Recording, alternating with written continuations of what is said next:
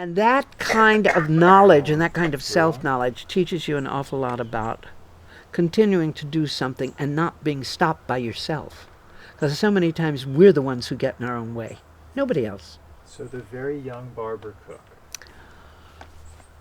Barbara Cook. I first met Barbara at Tamiment. And she was the girl singer. Tell us, Oh, the go Anjum back singer. and just ID Tamiment. Tell us what that is. Tamiment had started out as a socialist camp in the Poconos. And it slowly evolved into the type of Jewish resort that was in the Poconos and in the Catskills and every place. Had an extensive social program. And when the new guests arrived, where they arrived was called the slave quarter, because all the young men who were there came to check out the girls who were coming up for the week. Oh, I used to laugh so hard I couldn't stand it. But I learned more there. Probably in a lot of places I could have fallen into. Mo Hack was the fellow who was running it at that time, and Mo was a theater stage manager. So his sense and knowledge of putting things together was pretty doggone good. And they would have a staff of comedy writers. Danny and Doc Simon were there the second season I was. I was there 3 years, met my future husband there.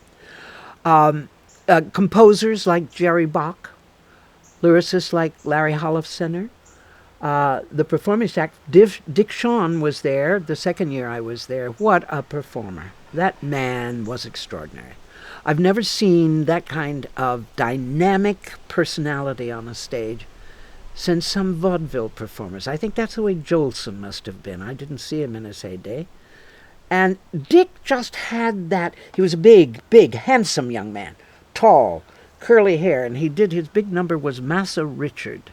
And he told this story about this plantation owner. And by the end of it, you are so enamored of this. And he said, "There comes Massa Richard now!" And he's pointing up the aisle. And people are going crazy. They're applauding and saying, well, one time I went to the prop people. I said, "Can you get me a rifle with a whatever that is that you put across you with the bullets?" And they said, "Sure." And I didn't say anything to Dick. And I was sitting in the back of the theater, and I had this thing on me, and I had the rifle.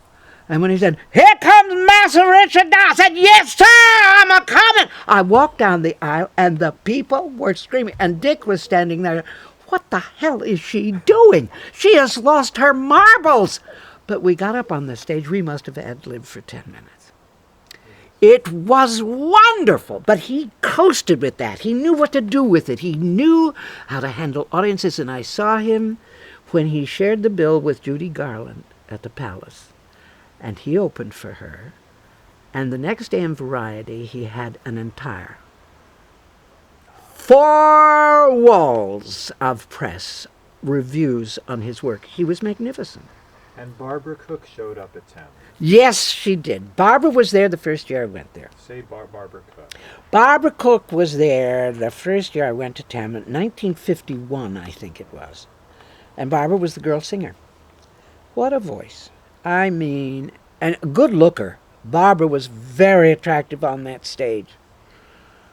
And I must have played 2 or 3 seasons there with Barbara. She met her future husband there, David, who was a comic and a very good comic, but now he's an acting teacher in New York, David LeGrand.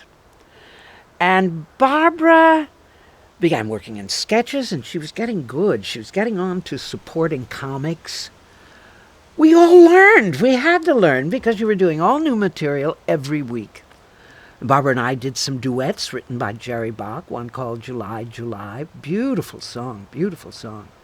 And I loved working with Barbara because she was an imp. She was a real imp. She had a little devil in her eye. And she enjoyed what she did. She loved singing. I love people who love what they do, and she loved singing. And after Tamiment, I watched Barbara do Marion, the librarian, and Music Man. She was wonderful. She was wonderful. But the thing that thrilled me to my bones was the Bernstein Candide. Oh, boy, what she did in that, how she sang. And I get chills when I still hear the recording. Her Blue Angel nightclub act? And she had a Blue Angel act I went to see her there. She was charming in rooms. The voice was just as good. Even in the intimate setting, boy, she could hit those notes, boom, and it bounced off everything. But she knew what she was doing.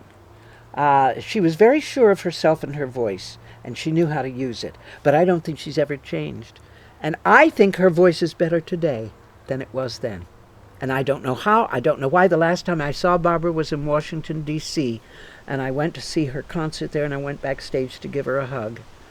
And more wonderful than she's ever been.